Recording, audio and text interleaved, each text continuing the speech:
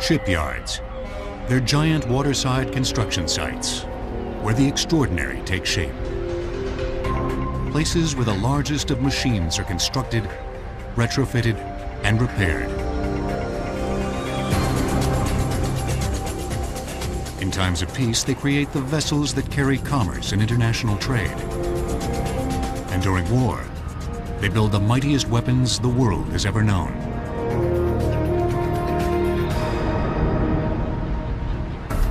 On the shores of the Chesapeake Bay sits one of the United States' largest and oldest shipyards. The sprawling 500-acre Northrop Grumman Newport News facility is situated on nearly 2 miles of waterfront.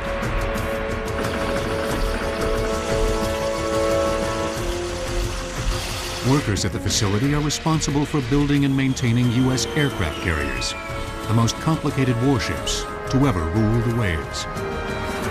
When we bring people into the shipyard, invariably that's the first thing. When they look at an aircraft carrier, they walk up to it, and it's hard to conceptualize that what they're looking at is a ship, because it takes up the entire horizon. And when you think about putting that ship together and starting with a plate of steel or that piece of pipe, it is an awesome challenge, and it is a deep sense of pride when you get to the finish line. Carrier construction can take nearly 8 years and relies on nearly every muscle that the shipyard has to offer.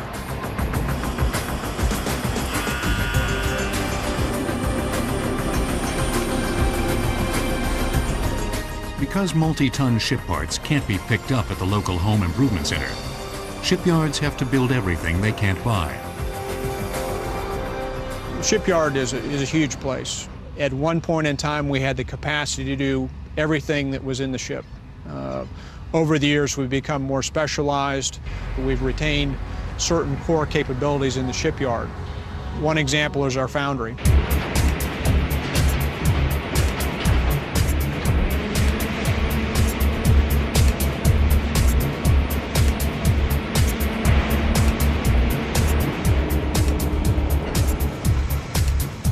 Workers within the over 250,000 square foot foundry pour up to 2,900 degree Fahrenheit molten metal into castings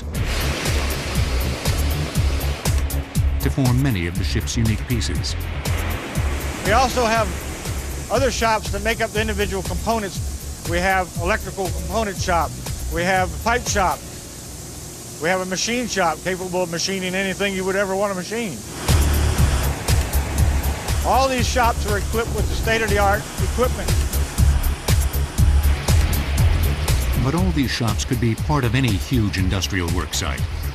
What sets shipyards apart is the size of the material being created, and the fact that the final product must eventually find its way to water. Enormous dry docks are how many shipyards deal with both problems. I'm standing on top of the intermediate gate in the largest dry dock in the Western Hemisphere. Here at Northrop Grumman Newport News, the purpose of this intermediate gate gives us the option to divide this dry dock up into 2 sections. It's 2,173 feet long and 250 foot wide with a depth of about 40 feet. What you see here is just half of this massive dry dock. The other half is behind me. A dry dock is a concrete berth with a watertight gate at one end. Inside these often massive enclosures, shipyard workers both repair and build vessels. During ship construction, the dry dock is the focal point of the yard, where towering pre-assembled modules are joined together. But as with all modern shipyards, the building process starts small. The construction of the components for the carrier start in the steel fab facility, where we built small pieces, bulkheads, girders, foundations that come together to make up pre-assemblies. Those bigger pre-assemblies are then brought together in another shop to make sub-assemblies, which are a little bigger.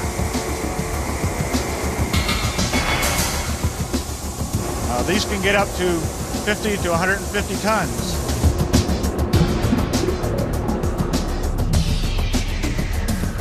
Over the course of months, workers weld, fit, and connect multiple sub-assemblies into even bigger modules. The largest of which are called superlifts and can weigh in at a staggering 900 tons. To move these enormous ship elements, workers make use of one of the shipyard's most conspicuous pieces of equipment, a crane. But like everything else in the shipyard, these construction tools are on a supermassive scale. At the far end of the shipyard, there's a crane. We call it the 900-ton crane. And we call it the 900-ton crane because that's the capacity for a lift. And you say, well, what other business would require such a crane? And there probably aren't any. Those kinds of things are unique to shipyards. Crane's 540 feet wide, it's 290 feet tall. It weighs approximately a little over 10 million pounds, has 37 miles of electrical cable. At full power, it uses enough power to supply 114 houses. People don't really understand how big the crane is. The letters on the crane are 3 stories tall, and it takes 45 gallons of paint to paint them. The crane operator sits over 200 feet above the ground, while crews below attach the massive cables to the superlifts. Gantry cranes like this one are ideal for shipyard construction because they carry heavier loads which hang directly below the structure, as opposed to boom cranes, which hang the loads from the end of an arm. Gantry cranes also allow the loads to be moved great distances due to their rolling base, a feature that allows the superlift to be placed anywhere inside the massive dry dock. But in spite of the gigantic tools, the shipyard's greatest attribute remains the craftspeople that have learned the art and skill of making ships. It's a large number of folks. Right now at Northrop Grumman Newport News, we've got about 18,000 employees. It takes a lot of time and a lot of talent to bring all this together. And this is something that's unique to our industry, especially when you consider the size of the product that we're producing. The vessels the craftspeople create are the end product of a long evolutionary process, spurred through the ages by revolutions in the shipyard. For ancient civilizations, shipyards like these didn't exist. And scientists who look for these early construction sites engage in a frustrating task. We know they're supposed to be there. We haven't found one yet, or at least we don't think we found one. So we're waiting for the next great discovery, the breakthrough. Archaeologists are incredible optimists, and every time I go in the field, I hope this is the time. I'd like to find one. A good number of the ancient sites that we're interested in, where we know there were shipyards, are now still functioning as harbors. So you've got the modern overlaying the ancient. And the second thing is, they were never very major installations. Ships in antiquity were built on the beach, simply propping up a hull that was going to be worked on. That's still being done in places like Turkey and Greece today. And that's what would have been done in antiquity. But some evidence of early shipyards does exist. For the Egyptians, clues to theirs are appropriately buried with their dead. We're very fortunate to have a number of depictions of boats and ships being built, presumably along the Nile, presumably in shipyards by definition. There's one painted relief in a tomb belonging to a guy by the name of T that dates to the latter part of the 3rd millennium BC. You have people lobbing the branches off logs. Then you have planks with people sitting on top of them, cutting mortise and tenon joints into the planks. And they would do this with a chisel and a mallet. Throughout the Greek and Roman empires, the Middle Ages, and into 15th century China, where massive 400-foot-long wooden ships were constructed, design and vessel size were altered greatly. But the yards, techniques, and tools used to build them remained little changed. For Italian shipwrights and European master carpenters of the Renaissance, the 2 most important attributes of a shipyard were a gently sloped piece of land and a deep water channel. In the yard, workers used a chopping tool known as an adze to hew and shape the internal timber frames, while the mechanical advantage provided by block and tackle, coupled with animal power, helped shipbuilders to lift heavy masts and yard arms into place. The hammers were there, the chisels were there, the adzes were there.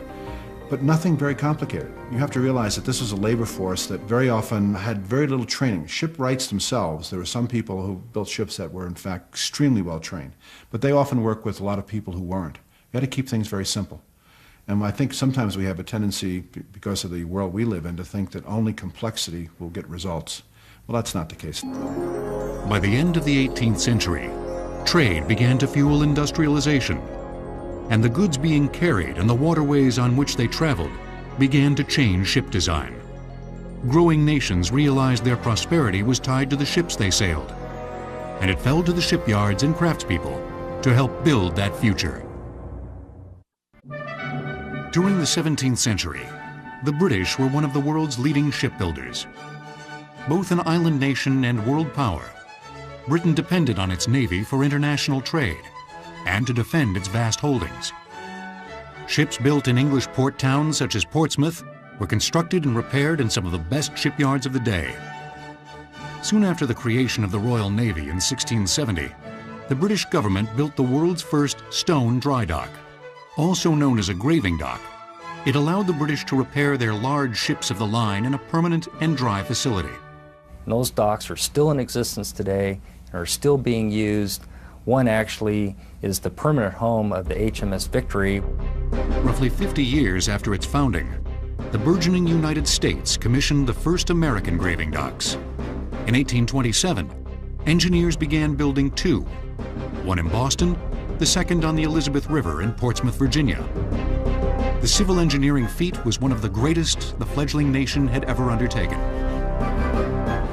To dig this hole in the ground in 1827 was an extraordinary event. They had to excavate this hole that was 400 feet long, approximately 20 feet deep at least. Then below that, they had to drive the piles down. Piles were like telephone poles. On top of these piles, then they laid and cut granite stone.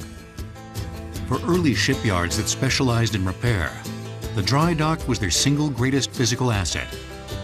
But other American yards in the business of building new ships relied more on a form of shipyard natural selection for success.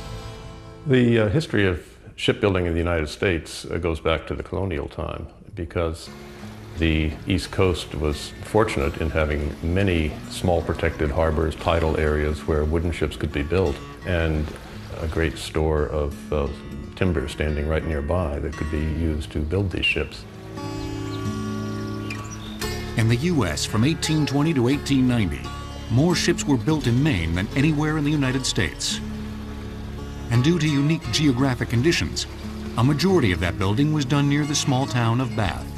The reasons for it included the availability of natural resources, a skilled labor pool, and, as importantly, a long stretch of the river from Hospital Point to Days Ferry, 3 miles, where the western shore, the Bath side of the river, was far enough away from the river to accommodate the length of the vessels being built. Vessels couldn't be built on the opposite shore, the Aroostook shore, because of how steep the shore rises up out of the river. The coastline around Bath allowed building sites such as the Percy and Small Shipyard to create mammoth wooden vessels, some of the biggest to ever take to the waves. One of the most important ingredients of a shipbuilding site like this here at Percy and Small's South Ways was finding an area, first of all, big enough to build the vessel one wanted to build, and secondly, one that had just the right slope to the land. It's hard to see, but this land here slopes about 3/4 of an inch to a foot down to the river, just right to launch the vessels that were built here. The launching of a ship had changed little since antiquity. Workers built the vessels on top of wooden rails, known as ways. This is a model we use to demonstrate launching the completed wooden vessel. It would have been built right here in its position on top of the tracks or launching ways, but shortly before launching, a cradle would have been constructed on top of the ways between it and the bottom of the vessel.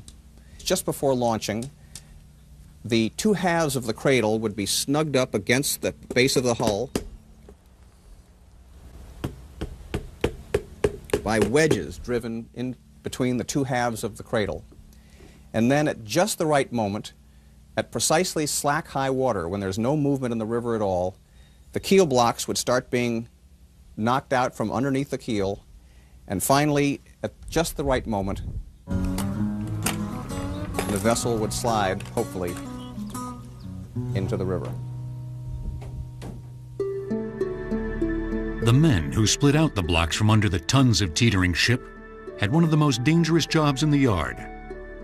But they also had an upfront seat for the shipyard's most awesome spectacle. If one could have been standing here then and looking behind me and watching one of these big vessels take shape, ultimately at the right moment one would have watched it smoke past us with great thunder and applause and smoking timbers as it took to the Kennebec River. Besides a near-perfect natural environment, Maine had another shipbuilding asset: its people. 19th century shipyards were less of a physical establishment than a local gathering place. As had always been the case, whole communities were part of the shipbuilding process. In communities where there were many shipbuilding facilities, there were often tradesmen who set up shops that supplied services to many different shipyards. For example, a painter might go to paint vessels at various shipyards. A ship carver might produce lots of ship carvings, figureheads, trail boards, other carvings to decorate vessels built in many different shipyards. This is basically from the beginning of time to the end of wooden shipbuilding. But one change during the 19th century began the modern transformation of the shipyard: energy. As power is introduced, we see shipyards begin to take the physical form that we recognize as a shipyard today. Space filled with shops for protecting the machinery that's used to produce the various parts of a vessel. First steam and then electricity powered the tools and mechanized jobs once done entirely by hand, such as the cutting of wood and timber for the vessels. All of the heavy wood that was shaped here at the mill was done with the aid of heavy machinery, most of which was run from a belt and shaft system that came across the top of the mill building. This machine for shaping heavy timbers was known as the Daniels planer. It had a circular cutting head that would go around at a great rate of speed and could take up off to 2 inches at a time. The chips flew with such force that they actually gouged out areas of the ceiling and walls of the mill all around them. But all in all, it was a fairly effective tool for cutting down very, very thick and heavy pieces of timber. The shipyard's ability to use power tools to shape and trim the lumber allowed for greater efficiency in shipbuilding. Other trades began to appear within the yard. Workers once hired on a per-ship basis found it more economical to set up shop right on the premises. Permanent design buildings such as mold lofts became part of the shipyard complex. There were literally dozens of different trades that went into the making of a wooden ship. And in a 19th century shipyard like this, it all began here in the mold loft where the design started to take place. The designers would come up with a half model of the vessel, take its measurements, and blow them up full size here on the mold loft floor. That was in order to create patterns that could then be used to cut out the right shaped timbers to build the schooners. Every single piece of wood that went into the frame of the schooner had to be sketched out first. That's why the mold loft became such an integral part of a shipyard like Percy and Small. Carpenters, overseen by master builders, then began the arduous task of assembling the timbers that eventually became the ship's hull. Within the shipyard, workers constructed the frames on a platform attached to the keel. When a frame piece was complete, oxen or horses pulled the frame down to the emerging hull, where it was raised into position by animal power, using block and tackle. Countless tradespeople in turn added their skills to the growing vessel. Everyone from plankers and caulkers to sailmakers were necessary in the 19th century shipyard. But the greatest change for shipyards and builders came with the crossover from wood to metal in the late 19th century. Hewing of timber and sewing of sails, jobs that had been performed for millennia, would all but disappear as the world's oceans began to be traversed by floating steel. Riveters, torchmen, and ironworkers began to populate the yards, each with their own tools and crafts. When you're dealing with riveted construction and steel, obviously the weight or displacement of these ships is going up dramatically.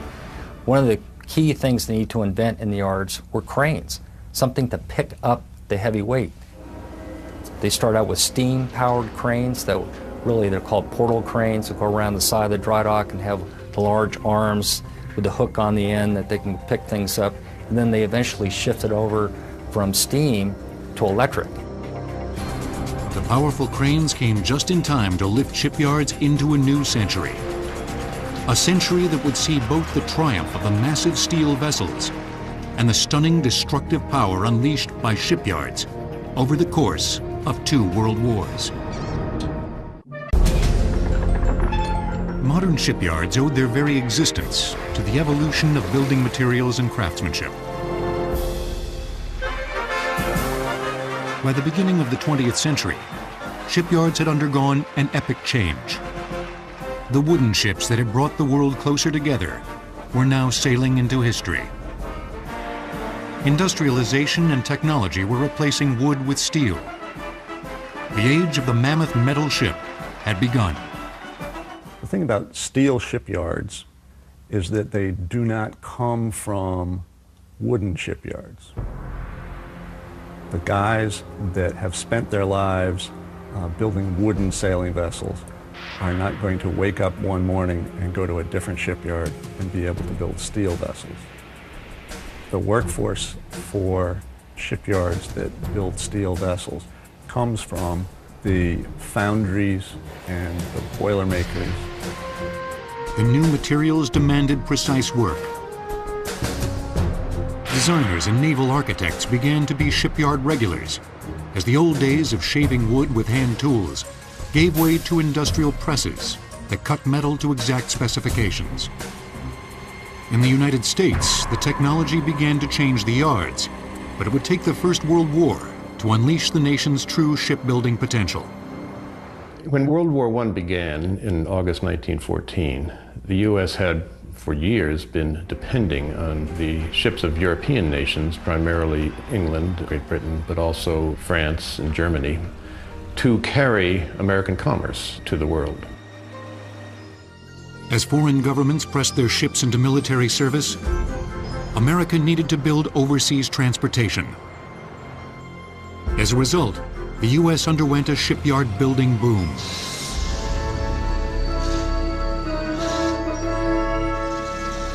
The foremost government project for shipbuilding in World War I was the installation at Hog Island, which was a kind of mud flats in the Delaware River near Philadelphia. And the government moved in with contractors. You're taking essentially an undeveloped space. You had to bring in all the machinery to move metal pieces, to the shops to support, to fabricate. The Hog Island site cost over $65 million to build. For workers, the biggest job was stabilizing the barren, muddy land that sloped into the water. Steam-powered pile drivers pounded telephone pole-sized logs into the muck for support. The defining feature of the mammoth construction site was the building of 50 shipways, able to accommodate vessels nearly 400 feet in length and over 50 feet wide. On either side of the shipways, permanent cranes were positioned to move the massive bulkheads and plate steel into position. At the height of production, over 30,000 shipyard workers manned the tools at Hog Island. But despite their best efforts, the shipyard had almost no impact on the war. The first ship built at the Hog Island facility didn't slide down the ways until August 5, 1918. Building a ship is a very complex process. A ship is the biggest movable thing that humans make. The logistics of that construction process are extremely important. The yard's designers had envisioned Hog Island as a fast-paced cargo ship assembly yard, where pre-built boilers, engines, propellers, and shaped steel arrived on train cars from manufacturers around the country. Unfortunately, the erratic supply stream and simultaneous site construction initially lowered the shipyard's efficiency. It took up to a year to complete a vessel. Cargo ships the ones that were built for the war were perfectly useful in commercial trade. So here's this flood of ships now made available after 1920 to the private operators, driving down the price of hulls because there are so many of them competing for the small market.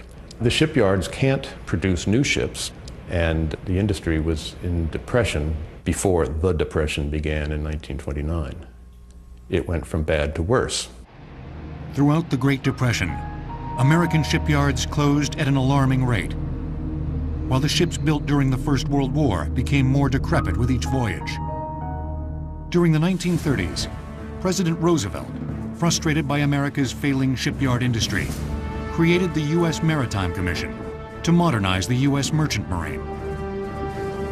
The commission worked to design a standardized set of ships to carry U.S. goods and oversaw the funding for shipyards to mass produce the new vessels. You go to the Maritime Administration and say, I'd like to build a new ship. They say, fine. We will find out what it would cost to build that ship at world rates. That is to say, at the lowest cost adequate shipyard in the world. Then we'll find out how much it would cost to build it at a U.S. shipyard. We'll pay the difference. The subsidies program began to resuscitate the merchant shipyards. Meanwhile, Congress, fearing a second great conflict, recognized the need to build more warships, as well as repair facilities, to take care of the Navy's wide-ranging fleet. An explosion occurred really starting in 1938 throughout the World War II period, but the period between 1942 and 1944, 26 huge graving docks were put in service. In the entire previous history of the United States, only 29 graving docks have been put in service. And here in a period of 2 years, 26 graving docks. The new facilities sprang up on both coasts, as well as Puerto Rico, Panama, and Hawaii. Engineers designed the new docks with the mammoth warships of the day in mind, and built some to repair multiple vessels simultaneously. These were 1,092-foot-long graving docks. They weren't 300 feet. These were for the big ships, for the carriers. These dry docks were way over 100 feet wide, about 150 feet wide, and over 40 feet deep. And they need a lot of them. New underwater concrete technology allowed workers to cut construction time on these new docks from years to months. The method is called the Tremie method, and basically it's a way of pouring concrete underwater. Before, he had to actually put cofferdams up and pump all the water out and make it dry before he could lay the concrete. But this was a way they could actually dredge out the area for the graving dock, place the forms down underwater, then actually through pipes lay concrete underwater. Two of the Navy's graving docks were put to the ultimate test during the event that thrust the U.S. into war, the Japanese attack at Pearl Harbor. One of the errors that the Japanese made on December 7th, they didn't totally destroy the shipyard, specifically the dry docks. They did bomb the ships that were in the dry docks. The Pennsylvania, the Downs, the Cassin were in dry dock 1. They were all terribly damaged, but they didn't destroy the dry dock. Within weeks after the attack, shipyard workers were able to put numerous ships, including 3 heavily damaged battleships, back into service.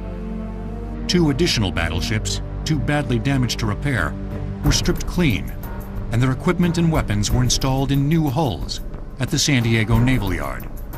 There was 7,000 dry dockings during World War II, utilizing all these dry docks. So you could see the importance of dry docks in the war effort really, I think, turned the tide during the Pacific War. That was one of the key factors that made these ships available out there, was having these repair assets available. Some of the Navy's wartime repairs were performed in 142 newly built floating dry docks. Some were individual modules that could be towed almost anywhere. Part repair facility and part submarine. Once fitted together, yard workers could open valves which flooded and submerged the structure. When the vessel was in place, water was pumped out of the dock, causing it to rise, leaving the ship high and dry. During the Second World War, repair became very important, especially for the Navy, for two reasons. One was to repair battle damage, but the other thing was the technology was changing so fast, for example, with radar and the electronic systems, that there was a tremendous amount of work that had to be done to keep the ships up to date so that the ships were technologically superior to our enemies. But while some shipyards labored to keep the fleet afloat, others were welding and lifting their way into the record books. The United States was in the middle of a shipbuilding boom, and the shipyards were being called on to back the nation's war at sea. The carnage and destruction of World War II brought a golden age to American shipyards. Over 500,000 workers, many of whom were women, produced over 5,000 vessels for the war effort. Military ships were a clear necessity. At peak production, one shipyard, the Bath Iron Works in Maine, was able to launch a new destroyer every 17 days. But the true pinnacle of wartime shipbuilding was reached with the over 440-foot-long cargo carriers known as Liberty ships. In World War II, when we were building the Liberty ships, and every ship was the same, as they built more and more ships, the production workers got better and better because they found little ways that they could build the ship faster. By 1943, many yards were producing a Liberty ship every month. One ship, the Robert E. Perry, was constructed in a record 4.5 days. Upon hearing of the speed at which they were produced, Hitler reportedly stated, "We have lost the war." The shipyards themselves were little changed. But inside, a revolution had taken place. Shipyard workers relied on new modular construction techniques, taking prefabricated pieces of ships and welding them together, as opposed to using the older, much slower riveting process.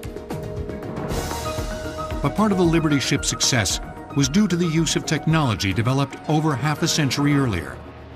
The technology utilized for the massive shipbuilding program in World War II was predominantly late 19th century propulsion technology.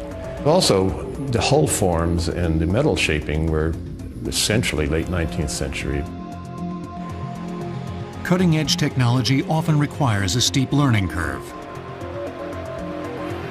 Yard workers familiar with tried and true old ship construction methods were able to assemble the vessels with relative ease and help win the war. But as with the end of World War I, when hostilities ceased, the heightened wartime production of cargo ships nearly devastated a portion of the industry.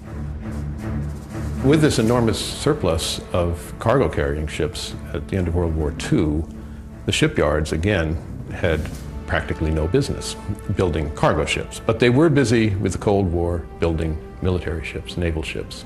And so the shipyards were very busy. And the United States remained fully armed in naval terms after World War II.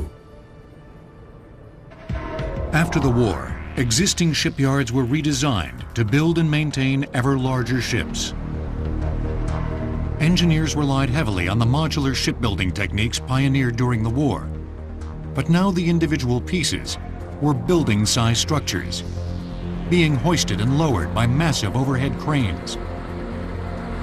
But there was a downside to building on an epic scale. When a mistake was made, it was usually disastrous.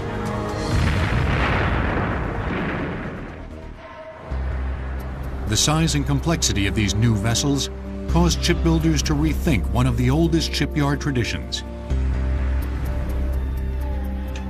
Historically, shipyards built ships on ways. And the way was basically inclined so that I could use the force of gravity. When I released the ship from its holding condition, it would slide into the water. Well, if you think about trying to build something that's level, it's very difficult to do it if it's already on an incline. So if you build basically a land-level facility where everything is referenced to a flat surface, it's much easier to assemble everything.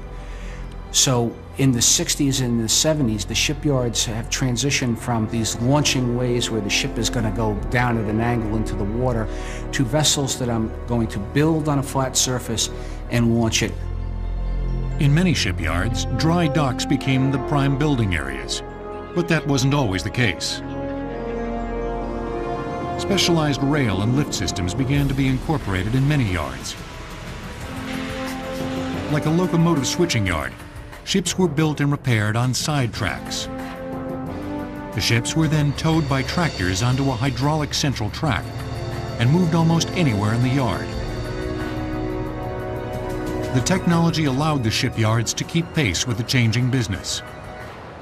In the 1960s, shipyards did something called jumboizing.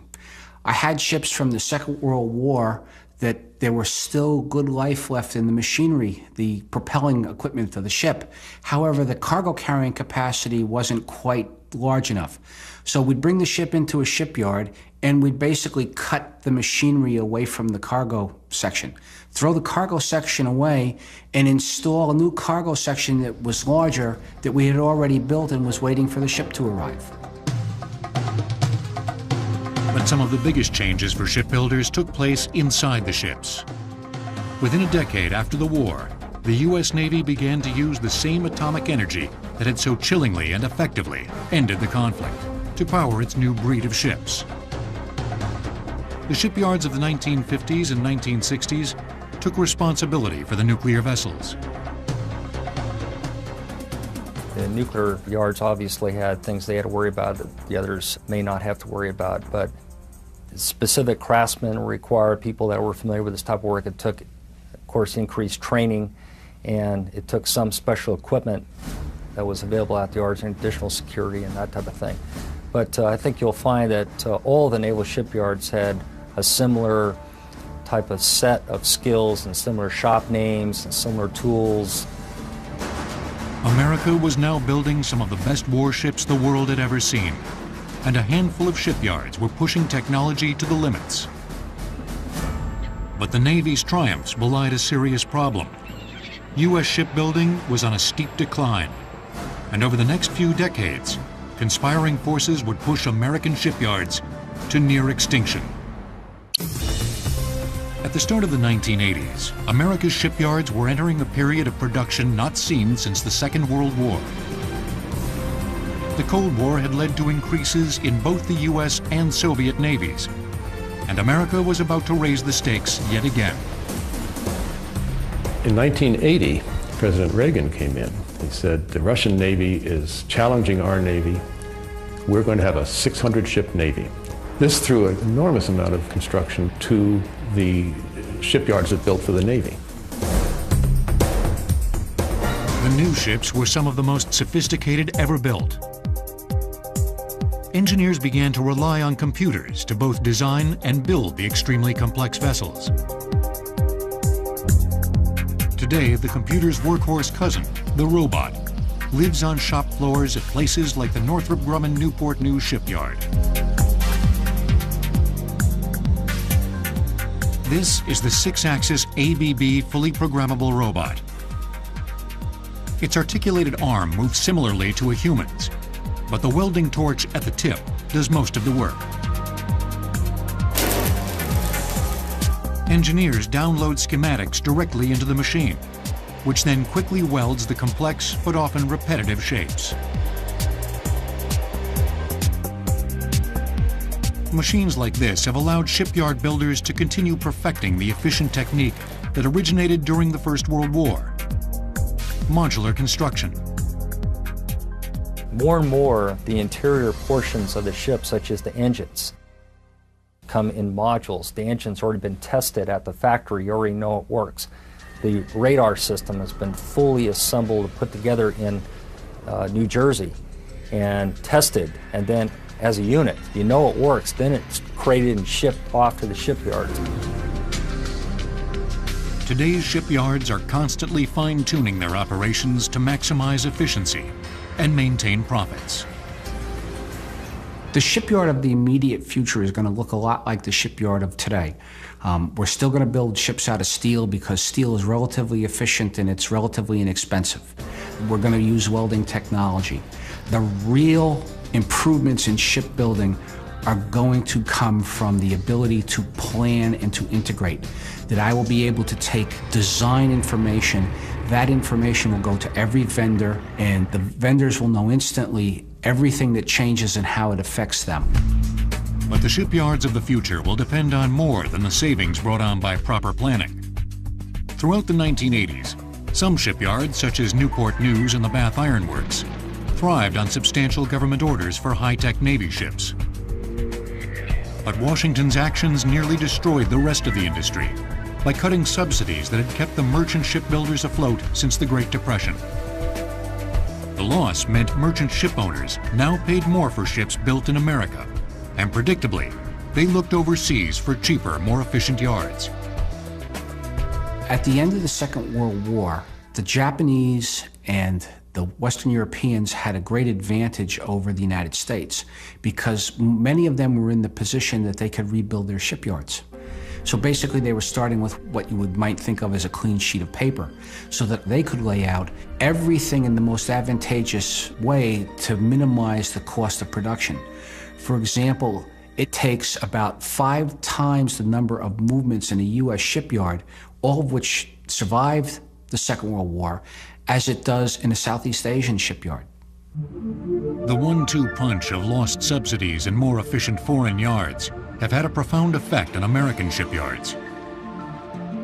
When I graduated from the Naval Academy in 1980 with a naval architecture degree, there are 22 major shipyards in this country involved in ship construction. Today, there are basically 6. In 1982, we had about 112,000 people working in the industry. In 2002, production workers are about 45,000. As shipyards disappear from American shores, they have almost no chance of being rebuilt, since public facilities or housing tracts gobble up the valuable beachfront property. One of the largest shipyards in the United States, Hog Island, Pennsylvania, which was just south of Philadelphia, which was one of the most productive shipyards in the country in the 1920s, is now the Philadelphia International Airport. It would be very difficult to reclaim that back if you had to build a shipyard again. But the biggest loss will have little to do with machinery or dry docks. The biggest concern for those in the business today is what happens to the shipbuilders once the yards go away. There are some people that have been in those shipyards 20, 30, 40 years that are living encyclopedias on how you do things and how you do them right. And they've seen what can go wrong. And when you lose that experience, you can't just pick it up off the street again. It takes 30, 40 years to build. Shipyards remain the places where builders use the world's largest tools to fashion the world's largest machines. But the loss of a shipyard is the loss of the age-old transfer of knowledge from master to apprentice. And that knowledge, once departed, may never find its way back to shore.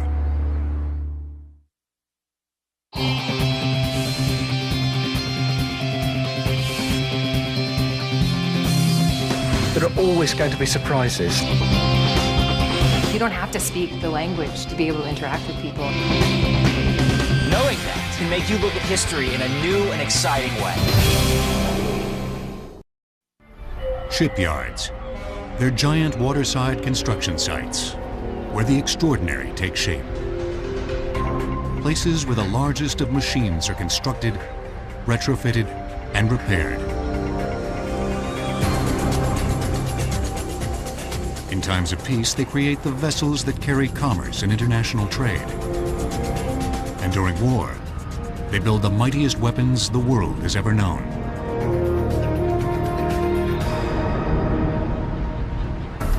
On the shores of the Chesapeake Bay sits one of the United States' largest and oldest shipyards.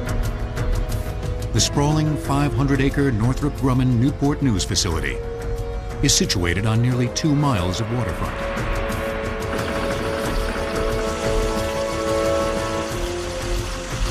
Workers at the facility are responsible for building and maintaining U.S. aircraft carriers, the most complicated warships to ever rule the waves. When we bring people into the shipyard, invariably that's the first thing. When you look at an aircraft carrier, they walk up to it, and it's hard to conceptualize that what they're looking at is a ship, because it takes up the entire horizon.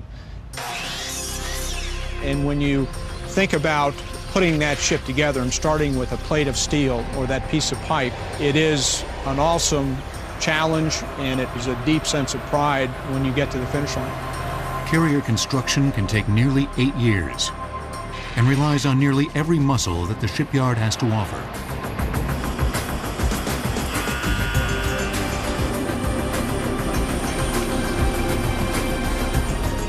Because multi-ton ship parts can't be picked up at the local home improvement center, shipyards have to build everything they can't buy.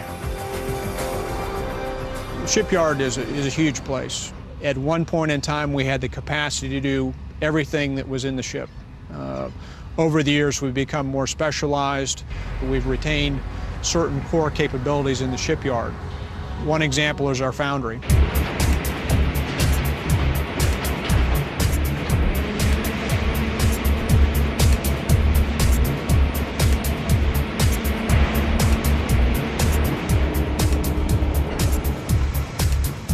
Workers within the over 250,000 square foot foundry pour up to 2,900 degree Fahrenheit molten metal into castings